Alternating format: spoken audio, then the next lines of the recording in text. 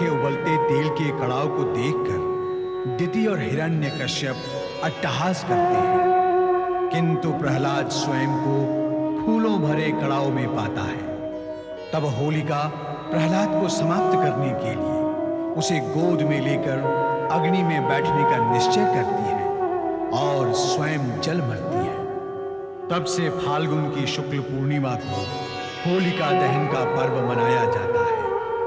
नारद श्री हरि विष्णु की लीला व भक्त वत्सलता की चर्चा करते हैं, किंतु दिति के भड़काने पर दैत्यराज हिरण्यकश्यप के आदेशानुसार दैत्य सैनिक प्रहलाद को खोजने चारों दिशाओं में निकल पड़ते हैं।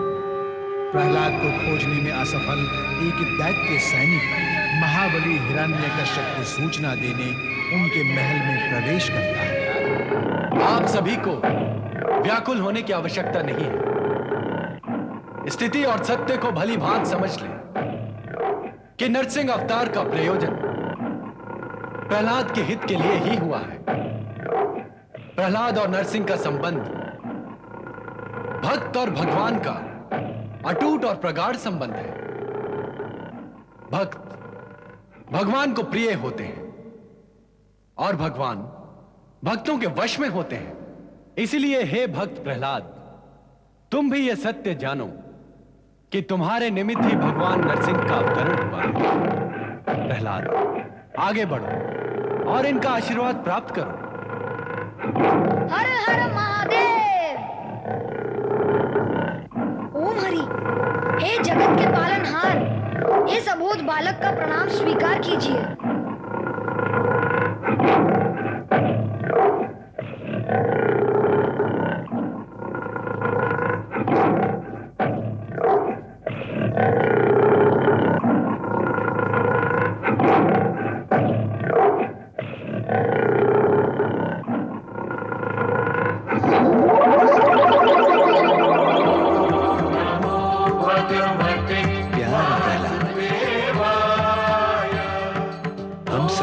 पूर्ण हुआ भोलेनाथ। शेष रह जाता है प्रहलाद को इस राज्य का राजा घोषित करना। वह भी शेष नहीं रहेगा। हमारे लक्ष्य की भांति अवश्य पूर्ण होगा। आप सबके लक्ष्य तो पूर्ण हो गए, अब कृपा कर मेरी अभिलाषा पूर्ण करें। तुम्हारी क्या अभिलाषा है प्रहलाद? भगवान, आपका दिव्य विराट रूप देखने की इच्छा है। भक्त की इच्छा अवश्य पूर्ण होगी।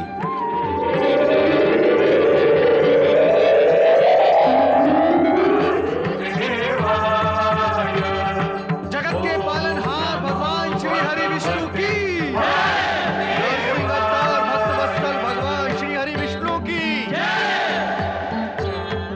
श्री हरि विष्णु के भव्य एवं विराट स्वरूप के दर्शन प्राप्त कर ब्रह्मा, देवराज इंद्र, देवगण, नारद तथा भक्त प्रहलाद धन्य हो गए। ये तो आदि सत्य है कि सद्विचार, सद्भावना, सदाशयता, सन्मार्ग और प्रभु में आस्था रखने वाले प्राणियों पर सदा ही ईश्वर की कृपा होती है। कुविचारी और कुमार्गगामी का अंत निश्चित ही दारुण होता है। जैसे कि दिति पुत्र अहंकारी हिरण्यकश्यप का वध नरसिंह रूपी भगवान श्री हरि विष्णु द्वारा हुआ। पुत्र के वियोग और शोक में माता दिति का शुद्ध होना और विलाप करना स्वाभाविक ही था।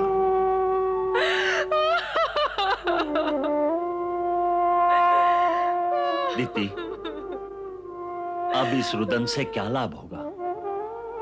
मैंने तो तुम्हें और पुत्रों को समझाया था कि अनुचित महत्वाकांक्षाएं प्राणी को मृत्यु और पश्चाताप के समीप ले जाती हैं। किंतु मेरी बात पर न तुमने कभी ध्यान दिया न पुत्रों ने। परिणाम सम्मुख है। उन दोनों ने धर्म की सीमाओं का उल्लंघन करके तथा निर्दोष प्राणियों पर अत्याचार करके अपने अपकर्मों का प्राणांतक दंड पाया है। यह दंड भी इतना दारुण और पीड़ाकारक नहीं है, कारण कि भगवान विष्णु के हाथों मरकर उन्हें सद्गति प्राप्त हुई है। विष्णु विष्णु नाम न लो उस विष्णु का। वही तो हमारी दैत्य जाति का प्रबल शत्रु। उसी ने मेरे पुत्रों के प्राण हरे हैं। हरि अथवा हर जब प्राण हरते हैं तो आत्मा का कल्याण ही होता है दीदी। मेरे पुत्रों के हत्यारे का नाम न लो बार बार, मेरा हृदय फटने लगता है। चिंता न करें माता, अभी दुंदुभी निनाद जीवित है, आप व्यथित ना हो। मैं विष्णु और उसके आराधक देवताओं से दैत्यराज हिरण्यकश्यप की मृत्यु का प्रतिशोध अवश्य लूंगा उनकी मृत्यु का प्रतिशोध। मैं तपस्या करके ऐसी स्थिति प्राप्त करूंगा जैसी आज तक किसी ने प्राप्त न की होगी। मेरा आशीर्वाद तुम्हारे साथ है। जिस दिन तुम अपने कार्य में सफल हो जाओगे, उस दिन मेरे हृदय की ज्वाला शांत होगी। सावधान दुंदुभी, यदि तुमने धर्म के विरुद्ध कोई आचरण किया, जैसा कि हिरण्याक्ष और हिरण्यकश्यप ने किया था, तो तुम भी उन्हीं की भांति नष्ट हो जाओगे। ओम नमः शिवाय, ओम नमः शिवाय। राम माता। विजयी भव। जय हो दैत्य शक्ति सिद्धि जय हो। देवराज इंद्र की का मारा जाना विशेष है। अपने स्वामी की मृत्यु का प्रतिशोध लेने के लिए वो घोर तपस्या कर रहा है। वो देवताओं को शांति से बैठने नहीं देगा। देवर्षि, अब आप ही बताएं, हमारे लिए क्या उचित है और हमें क्या करना होगा? क्या करना होगा? देवराज, सबके दुख हरता भगवान भोलेनाथ की शरण में जाएं। नारायण नारायण।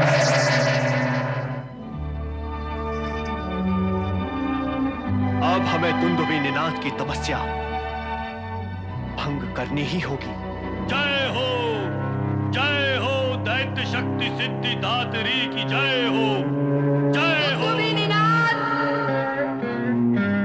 तुम्हारी सुषुप्त दैत्य शक्तियां जागृत हो चुकी है। रूप परिवर्तनीय सिद्धि तुम प्राप्त कर चुके हो। जल का रूप धारण करके अपनी शक्तियों का उपयोग कर सकते हो।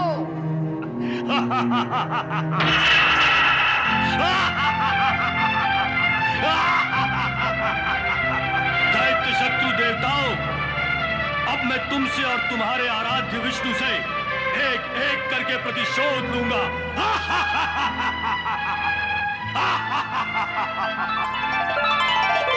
तुम किसी भ्रम में ना रहना दुंदुभी निनाद। हम तुम्हारी कामना पूर्ण ही नहीं होने देंगे और हमसे प्रतिशोध लेने की तुम्हारी कामना कभी पूर्ण नहीं होगी। पूर्ण नहीं होगी। मैं दिखाता हूं तुम्हें अपनी दैत्य शक्ति की सिद्धियां।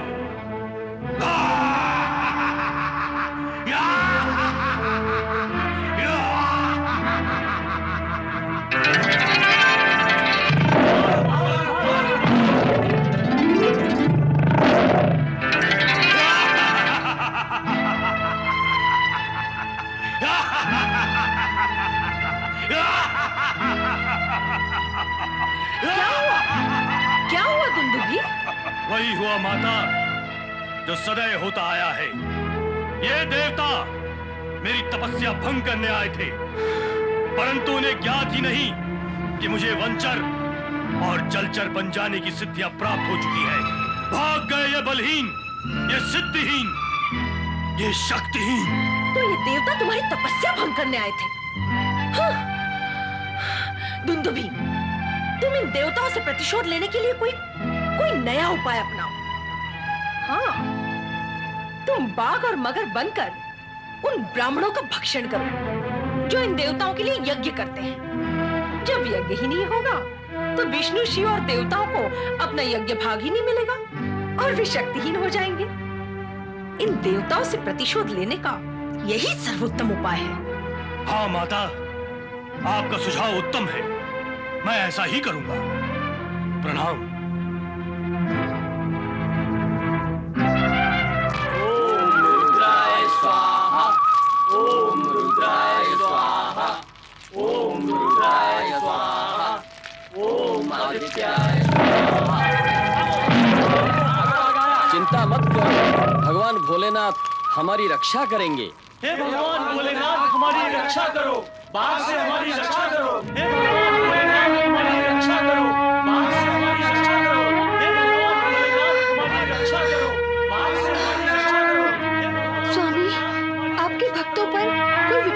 पड़ी है। हे भगवान भोलेनाथ हमारी रक्षा करो, बाघ से हमारी रक्षा करो। हे भगवान अपने भक्तों का संकट दूर करें परमेश्वर। ओम नमः शिवाय। माता, इन ब्राह्मणों का संकट अति पीड़ाकारी है। परंतु इनका संकट है क्या?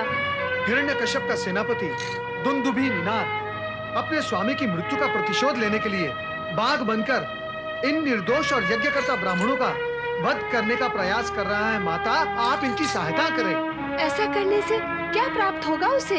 दीति के उकसाने पर वो ऐसा कर रहा है। दीति के अनुसार ऐसा करने से ही भगवान श्री हरि विष्णु, भगवान भोलेनाथ और अन्य देवगण से प्रतिशोध लिया जा सकता है। उस दुष्ट का अंत अब निकट आ गया है। निर्दोष भक्तों को पीड़ित करके वो स्वयं कब तक जीवित रह सकेगा?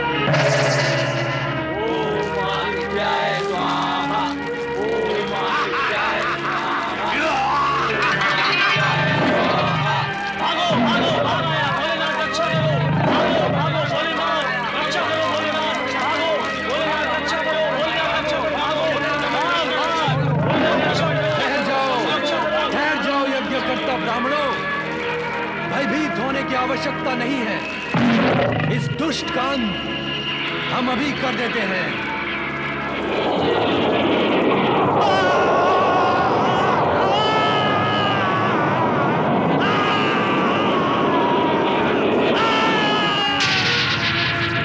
भगवान भोलेनाथ की, भगवान भोलेनाथ की। ओम नमो भगवते रुद्राय। हर हर महादेव, हर हर महादेव। भोलेश्वर, आपने इस दुष्ट का संहार करके देवगण एवं ब्राह्मणगण दोनों का उद्धार किया है। दुष्टों का संहार करना हमारा कर्तव्य है, वही हमने किया है। इसीलिए प्रभु, आज से आप व्याघ्रेश्वर महादेव के रूप में प्रसिद्ध होंगे। बोलो व्याघ्रेश्वर महादेव की, व्याघ्रेश्वर महादेव की, व्याघ्रेश्वर महादेव की। व्याघ्रेश्वर महादेव भोलेनाथ के विभिन्न रूपों का समय समय पर प्रकटीकरण होता रहा है। करुणेश्वर, देवेश्वर, महेश्वर, भोलेश्वर आदि उनके ऐसे ही रूप हैं जिनको भक्तगण पुकारते हैं और भगवान शिव अपने आशीर्वाद और कृपा से श्रद्धालु भक्तगण का कल्याण करते हैं। नीलकंठेश्वर, कैलाशपति, भोलेनाथ, आशुतोष, त्रिशूल। ओम नमः शिवाय, ओम नमः शिवाय, ओम नमः शिवाय, ओम नमः शिवाय।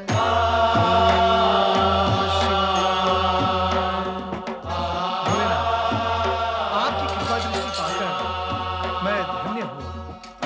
विचारणीय ये है ना कि तुम्हारी कृपा दृष्टि से कितने जन धन्य होते हैं। अर्थात तुमने नंदी को देवी पार्वती के यहाँ न होने का कारण तो बता दिया। अब ये बताओ कि तुम आ कहां से रहे हो? हे त्रिकालदर्शी, संपूर्ण जगत के कब, क्यों, कहां, कैसे, ये सब आपके स्पंदन से उत्पन्न होते हैं। फिर आप मेरे ही विषय में प्रश्न क्यों करने लगते हैं? नारायण नारायण, आप तो सर्वज्ञ हैं, अंतर्यामी हैं। आप तो मेरे भीतर का सत्य भी जानते हैं कि मैं सदा भक्त प्रहलाद के विषय में विचार करता रहता हूँ। हिरण्यकश्यप के पुत्र प्रहलाद के विषय में? हाँ भोलेनाथ, असुर कुल में उत्पन्न प्रहलाद असुर होते हुए भी भक्ति और धार्मिकता में मानवों को ही नहीं देवों तक को पीछे छोड़ दिया है। उसके राज्य में सुख और शांति है। उसके प्रजाजन अपने राजा की प्रशंसा करते थकते नहीं। भोलेनाथ, भोलेनाथ, आपको तो प्रसन्न होना था, किंतु आप तो गंभीर हो गए। अवश्य कहीं कोई रहस्य अटका हुआ है जो मुझे नहीं, केवल आपको दिखाई दे रहा है। प्रहलाद असुरों में एक अपवाद है नारद, किंतु सत्य ये है कि असुरों की माता दीति अब भी असुरों के उत्कर्ष के बारे में सोच रही है। कारण कि उसे अपने पौत्र प्रहलाद की विष्णु भक्ति और धार्मिकता सुहाती नहीं है। इसलिए अब वो अधिक समय तक चुप नहीं बैठेगी। हमें इसी बात की चिंता है। चिंता? और आपको? संपूर्ण जगत की चिंता करने वाले को चिंता? नारायण नारायण। नारद, शब्द नहीं, अर्थ पकड़ा करो। भोलेनाथ, आपके अर्थ और अभिप्राय आपके शब्द से आगे आगे चलते हैं। और फिर मैं ये भली भांति जानता हूं ना कि आपके साथ साथ श्री हरि विष्णु भी भक्त प्रहलाद के सहायक हैं। क्या ऐसे में दीति आपकी इच्छा के विरुद्ध कोई भी मार्ग बना पाएगी? कदापि नहीं। नारद, ये सब सत्य होते हुए भी तुम उस सत्य को क्यों भूल जाते हो कि जब तक अधर्म का बल अपनी चरम सीमा तक नहीं पहुंचता, तब तक हम त्रिदेव उसमें किसी प्रकार का कोई हस्तक्षेप नहीं कर सकते। अर्थात इस विषय में अब मुझे कोई प्रश्न नहीं करना चाहिए, ठीक है? नहीं करूंगा, सर्वथा नहीं करूंगा, कदापि नहीं करूंगा। किंतु मेरे एक प्रश्न का उत्तर मुझे चाहिए ही चाहिए। ये तुम्हारा चाहिए वाला प्रश्न क्या है? नारायण नारायण। हे त्रिकालदर्शी, हिरण्याक्ष की तपस्या से प्रसन्न होकर आपने उसे वरदान स्वरूप अपने श्वेत से उत्पन्न अंधक को पुत्र के रूप में प्रदान किया था। वरदान दिया था और पुत्र भी प्रदान किया था। तो अब वो कहाँ है? क्या कर रहा है? वो अंधक अब पूर्ण रूप से आसुरी रंग में डूब चुका है।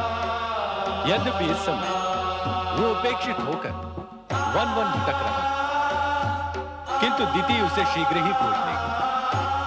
फिर क्या होगा भोलेनाथ? जो होगा वो प्रकट हो ही जाएगा। नारायण नारायण। धन्य है आप भोलेनाथ, धन्य। आपके एक संकेत मात्र से मुझे मेरे प्रश्न का उत्तर मिल गए। अब मैं श्री हरि विष्णु से अनुरोध करूंगा कि वे अपने भक्त प्रहलाद की सुरक्षा के लिए समुचित उपाय करें। भोलेनाथ, अब मुझे आज्ञा दें। ओम नमः शिवाय। तुम्हें आगे का पूरा साथ नहीं छोड़ना चाहिए। ऐसा क्यों कहते हो वेदनासुर? हमने साथ कहाँ छोड़ा था? वो तो दैत्यराज नैक्ष की मृत्यु के पश्चात सब भयभीत होकर इधर-उधर भटक गए थे। हाँ, यही हुआ है बेबसासुर। उसके बाद असुरराज हिरण्यकश्यप भी मारे गए, तो सभी असुरगण इधर-उधर भाग के जहाँ मुँह समाज छिप गए। इसी भय और असुरक्षा के कारण अपने साथियों से अलग हो गए। कष्टासुर ठीक कहता है। इस भागदौड़ और छुपने छिपाने में सभी अपनों से, अपने साथियों से बिछड़ गए और ये भी नहीं जान सके कि कौन कहाँ चला गया। ऊपर से विष्णु भक्त प्रहलाद असुर शत्रु बन गया। हम असुरों को छिपकर जीने के लिए बाध्य होना पड़ा। जो बीत गया उसका रोना धोना क्या? आगे की सोचो और अंधकासुर की खोज करो। खोज तो सभी को मिलकर करनी होगी। तनिक ठहरो कष्टासुर, शीघ्रता में सत्य अनेक बार छूट जाता है। पहले ये तो जान लो कि अंधकासुर जीवित भी है या नहीं। खोजेंगे तभी तो जान पाएंगे कि वो जीवित है या मर गया। कष्टासुर ठीक कहता है, उसे खोजने का कष्ट तो हमें। तुम कहाँ हो मृतकासुर? अरे भयासुर, तुम कहाँ हो? ये अंधकासुर की पुकार है। अंधकासुर जीवित है, वो पुकार रहा है। चलो गुफा में चलकर देखते हैं। मेरे साथियों, कहाँ बिछड़ गए तुम लोग? कहाँ हो तुम? मैं कहाँ आ गया? कहाँ आ गया मैं? कोई बोलता क्यों नहीं? अरे दुष्टो, कहाँ चले गए?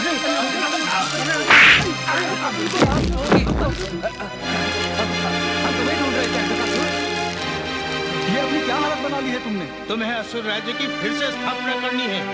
इसके लिए प्रहलाद पर आक्रमण करके उसे नष्ट कर देना है, और ये तुम ही कर सकते हो। किंतु तुम लोग चले कहाँ गए थे? अरे वो प्रहलाद विष्णु भक्त दैत्यद्रोही हो गया है। जब तक हम उसे समाप्त नहीं कर देंगे तब तक असुर जाति का उद्धार नहीं होगा। सत्य को समझो, प्रहलाद शक्तिशाली और मैं अंधा। वो मुझे एक ही प्रहार से समाप्त कर देगा। कैसे कर देगा समाप्त? हम जो तुम्हारे साथ हैं। तुम जानते हो ना, मैं भयासुर हूँ। मुझे देखने वाला भय से थर थर कांपने लगता है, और फिर मैं वेदनासुर भय की वेदना से उसे अधमरा कर देता हूँ। तब मैं उसकी वेदना पर कष्ट देकर उसके प्राणों पर भारी पड़ जाता हूँ। उसके पश्चात शरीर को विभत्सावस्था में लाकर मैं विभत्सासुर शत्रु को मृत्यु के मुख तक पहुंचा देता हूँ। और अंत में मैं मृत्यासुर उस शत्रु को मृत्यु के पाश में जकड़ लेता हूँ। अब कहो अंधकासुर, जब तुम्हारे साथ ऐसी प्रचंड असुरी शक्तियां हैं तो तुम्हें भय क्यों? इन सब के होते हुए हम प्रहलाद को समाप्त कर ही सकते हैं। अंधक भैया,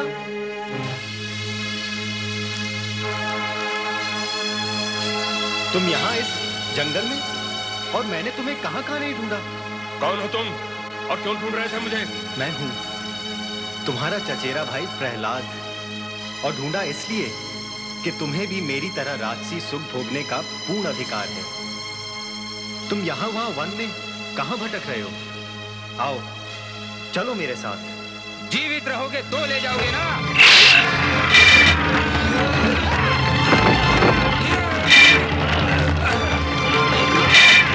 रुक जाओ प्रहलाद!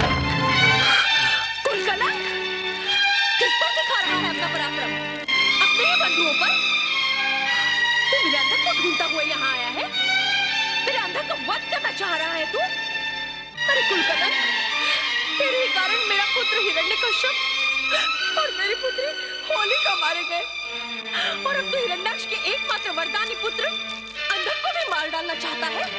नहीं, मैं ऐसा कदापि होने नहीं दूंगी। पितामही, आपने ये कैसे समझ लिया कि मैं अपने भाई को मार डालना चाहता हूं? आपने मुझ पर जितने भी आरोप लगाए हैं वे सत्य नहीं है। मैं तो अंधक भैया के प्रति सद्भावना ही रखता हूं, और उन्हें इसलिए ढूंढ रहा था कि अपने साथ ले जाकर उन्हें अपने साथ ही रखूं। बस बस, सत्पुरुष बनने का ढोंग करने की कोई आवश्यकता नहीं। मैं तुझे भली भांति जानती हूँ। जो अपने पिता का और अपनी बुआ का नहीं हो सका, वो अपने चचेरे भाई को ले जाने आया है। ऐसी छूट पर तो कोई निर्बुद्धि भी विश्वास नहीं कर सकती। मुझे समझने की भूल करके मेरे प्रति अन्याय ना करें पितामही। आप तो मेरे आदरणीय पिता के भी आदरणीय हैं, इसलिए मेरे लिए अति पूजनीय हैं। बनकर अपनी छल और कपट से भरी मधुर वाणी, मैं तेरे ब्रह्मजाल में आने वाली नहीं। ये मत भूल कि मैं तेरे जन्मदाता की जन्मदात्री हूँ।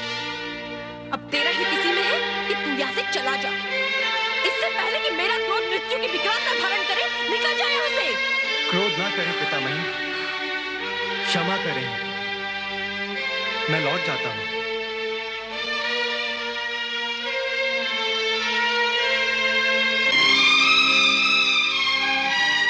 प्रिय अंधक, अब तुझे किसी से भयभीत होने की कोई आवश्यकता नहीं।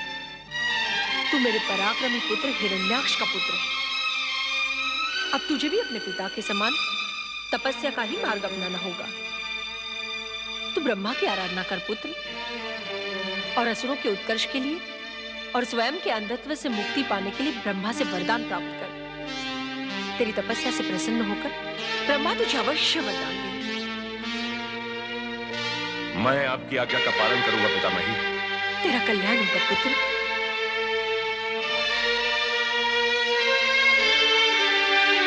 ओम नमो भगवते वासुदेवाय।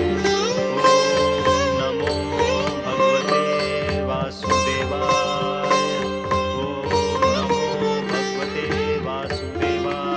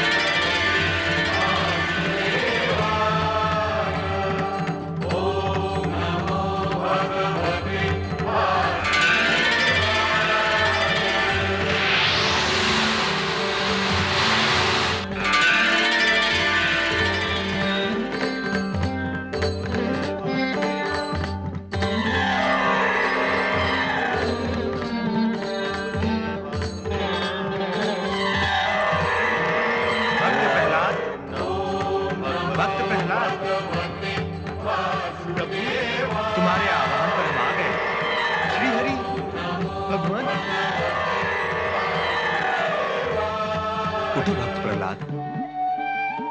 भगवान श्री हरि, अपने मन की बात कहो। कहो, क्यों बुलाया हमें? अंतर्यामी, आप तो जानते ही हैं कि मैंने अपने चचेरे भाई अंधक को उसका न्यायपूर्ण अधिकार सौंपना चाहा था, किंतु उसका परिणाम तो उल्टा ही निकला प्रभु। पितामही दिति की प्रेरणा से वो दैत्यों की आसुरी महत्वाकांक्षाओं की पूर्ति के लिए कठोर तप कर रहा है प्रभु।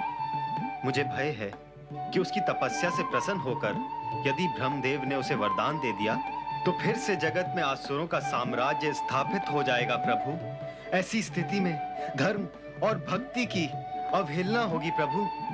दुष्ट शक्तियों की प्रवृत्ति बढ़ने से सत्पुरुषों के कष्ट भी बढ़ जाएंगे। इसीलिए भावी के अनिष्ट का विचार करते हुए उसके समाधान के लिए मैंने आपका आह्वान किया है प्रभु। सज्जन और दुर्जन में यही अंतर होता है प्रहलाद। दुर्जन केवल अपने वर्तमान के सुख की चिंता करते हैं और सज्जन संपूर्ण जगत के प्राणियों के कल्याण पर विचार करते हैं। तुमने भी यही किया, किंतु यह भी सत्य है कि तुम्हारा चचेरा भाई अंधक भगवान शिव के स्वेद से उत्पन्न हुआ है। हिरण्याक्ष ने उसे शिव से वरदान के रूप में प्राप्त किया है। शिवलीला से ही अंधक तपस्या के लिए प्रवृत्त होकर असुरों के उत्थान का कारण बनेगा, किंतु असुरों का यही उत्थान उनके कुकर्मों के कारण उनके पतन का कारण बनेगा। अधर्मियों का उत्थान ही उनके पतन का कारण बनता है। हाँ प्रभु, होता तो ऐसा ही है। अधर्मी अहंकार वश अधर्म व कुकर्म में प्रवृत्त हो जाता है और उसका विनाश आरंभ हो जाता है। युगों पूर्व शिव तेज से उत्पन्न आसुरी मार्ग पर चलकर शिव कोप का भागी बना। यदि वो चाहता तो सन्मार्ग पर चलकर शिव कृपा का पात्र बन सकता था, किंतु अधर्म प्रिय लगता है, मन को लुभाता है। अब अंधक भी भगवान शिव के हाथों मृत्यु को प्राप्त होगा। इसलिए तुम्हें भविष्य के अनिष्ट का विचार कर चिंता करने की कोई आवश्यकता नहीं। अपनी चिंता तो मैं आपको सौंप ही देता हूँ प्रभु। इतने पर भी सत्य यह है कि तुम्हें अंधक के कारण कष्ट उठाना होगा। परंतु तुम तो भक्त शिरोमणि हो, हंसते हंसते कष्टों को झेल जाओगे। हम सदा तुम्हारे साथ हैं प्रभु।